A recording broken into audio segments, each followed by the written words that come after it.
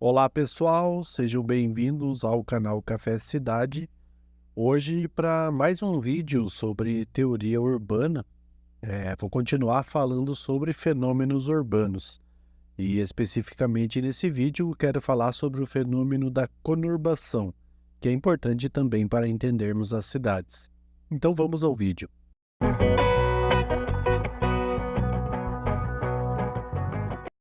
Bom, pessoal, o fenômeno da conurbação, ele ocorre quando temos duas ou mais cidades que vão se desenvolvendo, né? O seu núcleo ali urbano vai se desenvolvendo e ele tende a um dos limites da cidade e acaba se encontrando com o desenvolvimento do núcleo, da área urbana da outra cidade vizinha. De maneira que essas áreas se unem e se fundem numa única mancha urbana que reúne, né, aí essas cidades como um todo. Quase que fica impossível distinguir aonde inicia-se uma e aonde termina a outra mancha urbana da cidade. Esse fenômeno pode ocorrer devido ao crescimento populacional mesmo de toda essa área, né, ou seja, dessas cidades começam a se desenvolver e então promovem ali um crescimento populacional em ambos os locais e elas vão expandindo. Em geral, quando esses dois ou mais centros ali, né, urbanos, eles têm algum tipo de relação, quer seja social ou econômica, enfim, acaba tendo essa ligação entre esses dois polos e esse crescimento ele que acaba sendo vetorizado, né? Ou seja, ele já é direcionado de um para o outro polo e isso faz com que se cresça. Ele pode ser incentivado também pela governança das duas cidades, né? Por meio de criação, facilitação, né, de eixos de transporte, criação de sistema viário que ligue aí as duas sedes municipais. E daí, ao longo deste eixo, acaba normalmente, quando se tem a criação, né, desses eixos de transporte, acaba se desenvolvendo a área urbana ao longo desse eixo de transporte. E isso também faz com que essa conurbação também aconteça, incentivada por uma decisão municipal. A implantação de equipamentos públicos ou mesmo de áreas industriais que acaba atraindo pessoas também pode ser um fator que incentive aí a criação dessa conurbação.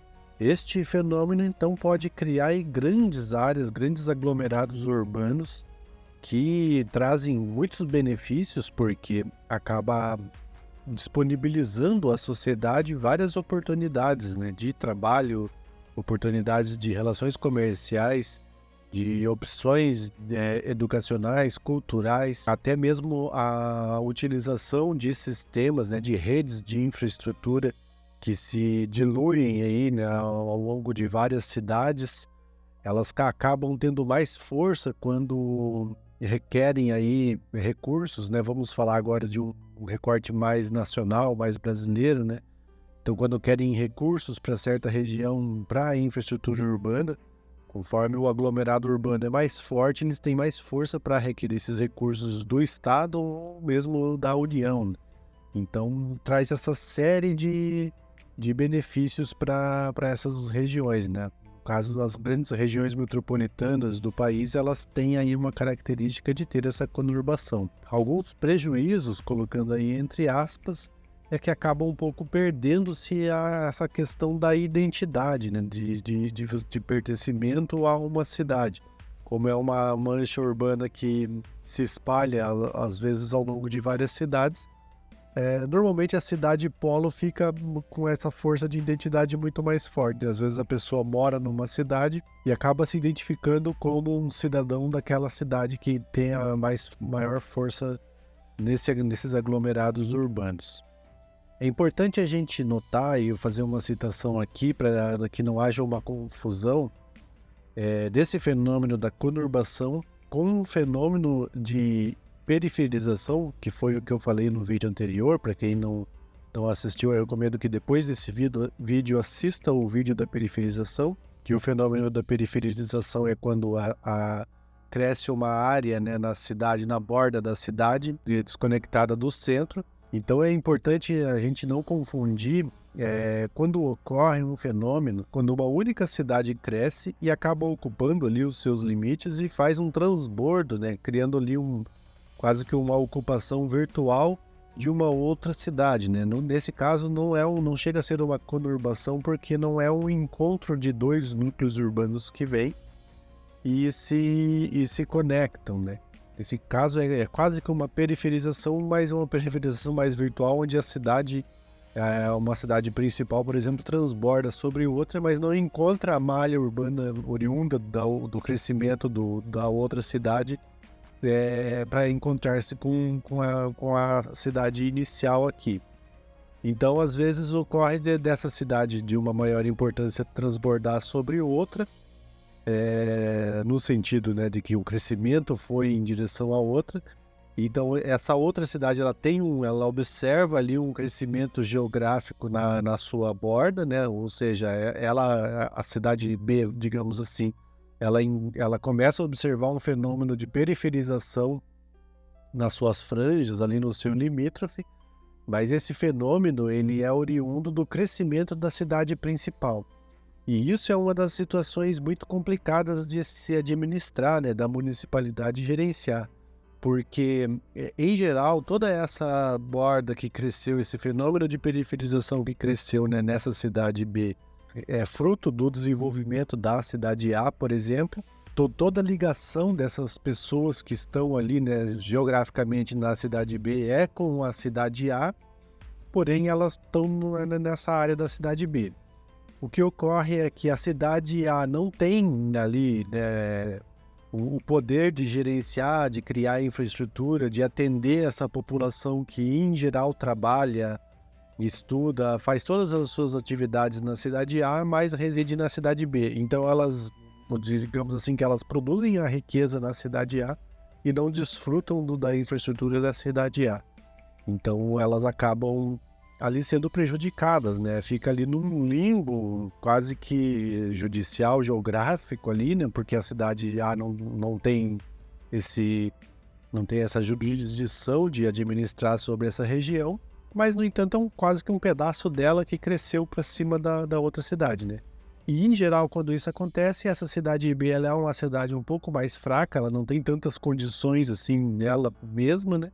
E ela acaba tendo que gerenciar de alguma forma, porque está dentro do seu território, essa população toda que vai crescendo ali na sua borda. E acaba sendo uma população muito prejudicada, porque não é atendida ali nas suas necessidades.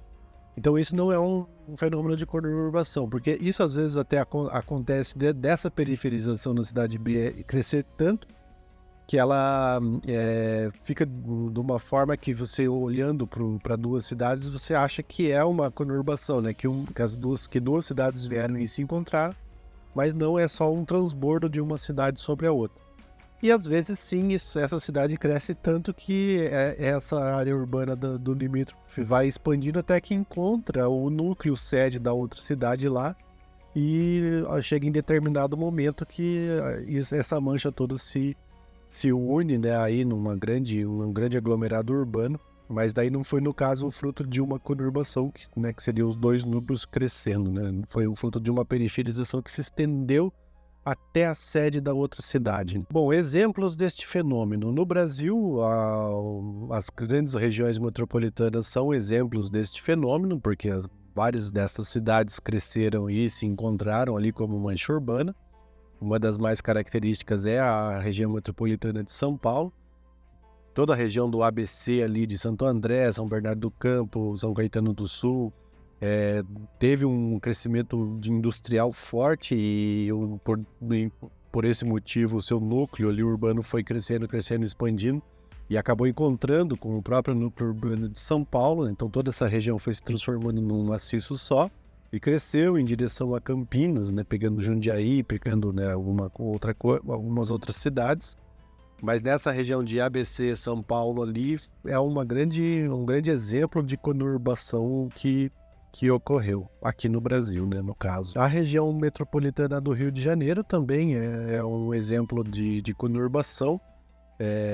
Essas duas áreas eu já citei no vídeo sobre a periferização também de exemplos, né? E no caso de conurbação também, como são áreas aí significativas, né? Aglomerados urbanos significativos sempre são usados como exemplos de estudo.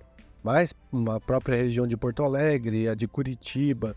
Então, todas essas regiões metropolitanas, elas têm exemplos de conurbação que a gente pode utilizar, que a gente observa cidades que tiveram ali o seu núcleo urbano, que cresceram em direção à cidade polo, e encontraram, né, com o desenvolvimento da cidade polo ali dessa região metropolitana, fazendo uma grande conurbação.